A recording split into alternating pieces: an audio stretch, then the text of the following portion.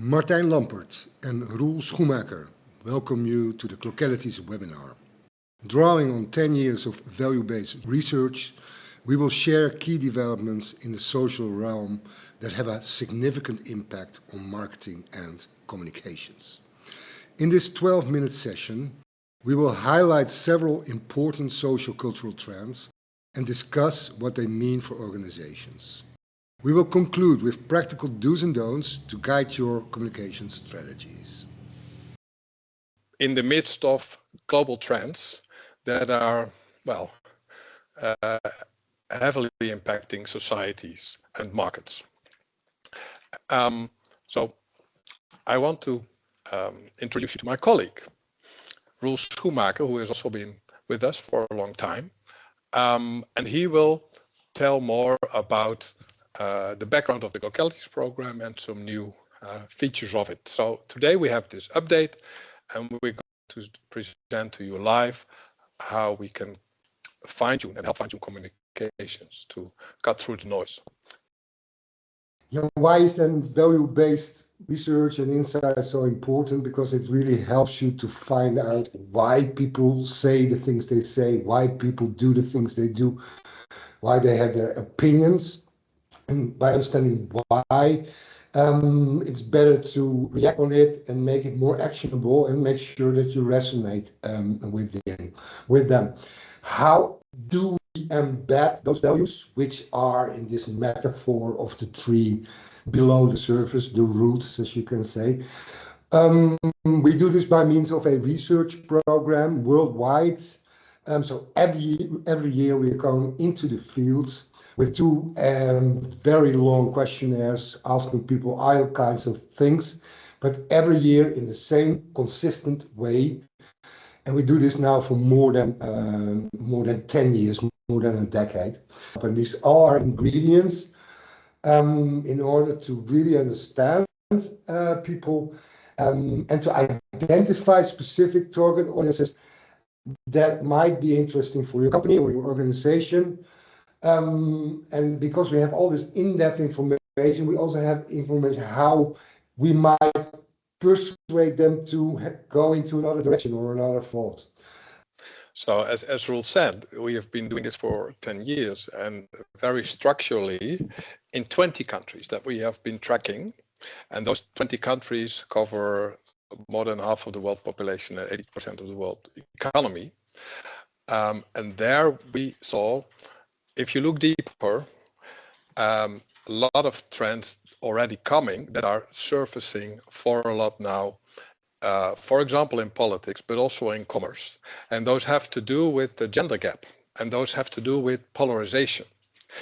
And the point is that if you have data like we have, you're way better able to connect with young men, for example, who feel alienated, and be inclusive of them in your communications, for example, as an environmental NGO, instead of pushing them away.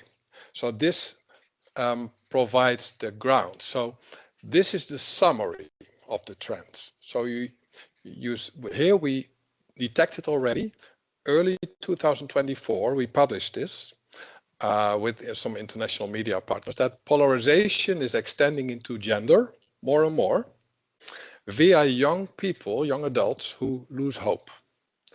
And you see in purple the scores for women in 2014 and 2023.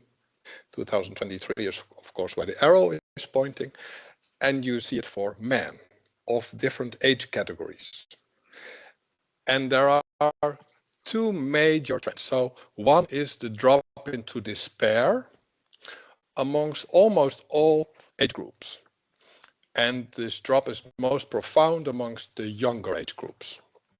So you see that young women, young men are at the bottom of this diagram more and more. That's the hope-despair axis. Whereas the older generations still are more positive about their outlook on life. So this is one, and this is reflected in the mental health crisis. The other trend is on the horizontal axis, which is very important to understand, because this axis is on the left-hand side focusing on control, more conservative orientations. You can also say this is more patriarchal, and that the father should be the head of the household. That is the left-hand side of this dimension. And this is actually the polarization dimension that is active within a lot of cultures and that you see in the electoral landscape also. And on the right-hand side, it's about emancipation and the freedom to be yourself. And of course, this resonates more with progressive forces. And what we see is that the young women, where my mouse is here in 2014, have progressed a lot towards a focus on emancipative values. The most, and this is a huge progression. Whereas if you look at young men, 18 to 24 in 2014 and 2023, they have progressed also, but the least. And in 2023, they are even more conservative, more control-oriented than the other age groups of men. Whereas 10 years ago, and this is the crutch of it, is they were more progressive than older generations. So the difference between young men and young women is larger than ever across the last 10 years. And 10 years ago, it was smaller. And so you see the world is still progressing with new generations coming towards more freedom and emancipation. But there's a backlash going on. And this backlash you see reflected in commerce, you see it in European elections, you see it in the German elections with young women voting for the Linke and young men for AfD, you see it with the manosphere, with Trump.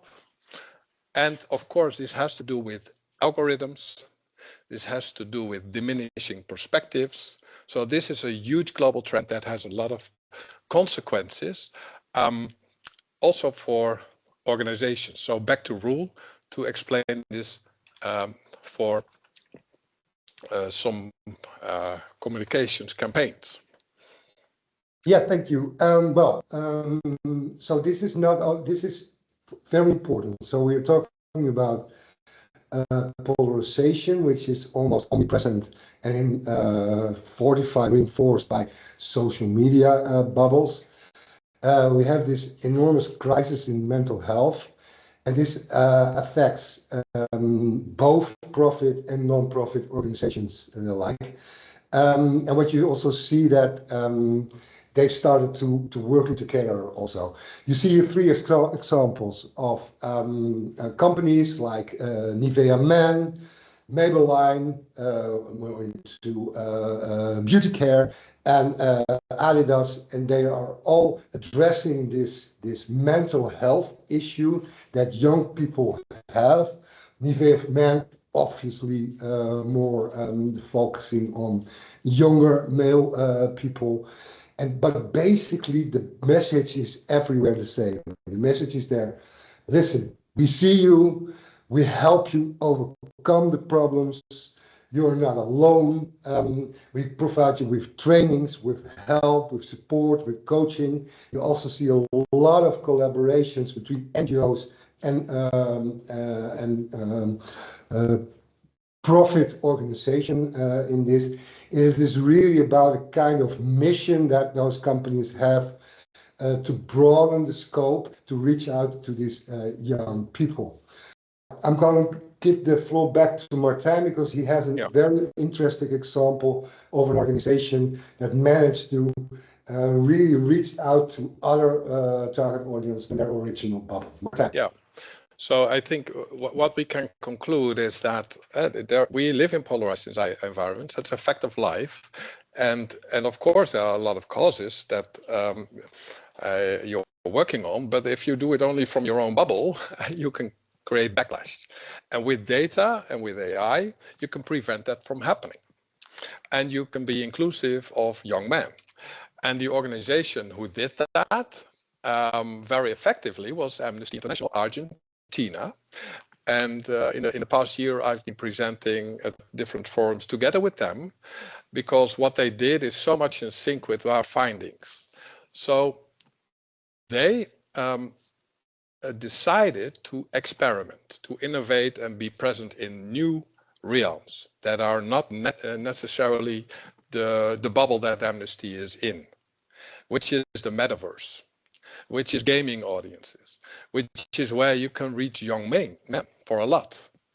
And it's also a place where the manosphere and anti-human rights narratives and more toxic narratives thrive. So they made the decision, well, we go there, but we go there because we know that these young men worry about human rights. But their demands are not being met, and Amnesty is not present there. So they created a Roblox game, Escape to Freedom. I definitely recommend to look at it. It's a game where you are the refugee, and you have to go through a lot of adventures and challenges and all, but that resonates with young men to escape to freedom. And during that game, you learn about the work of Amnesty. And they succeeded even in reaching young men in Russia, where Amnesty is banned. And it's in the top 5 of the countries where this game is being played. So this is about reframing your communications in a way that meets young men where they are and helping them resonate with deeper causes without tapping into toxic environments, but by offering them perspective and agency. The point is, and then we go to the AI tool, because this sets the stage of the challenges that are up against, also the possibilities that are there if we use granular data, is that polarization is a fact of life, and it's being strengthened by social media algorithms, and it's also exaggerated by people feeling that they have diminishing prospects, young generations.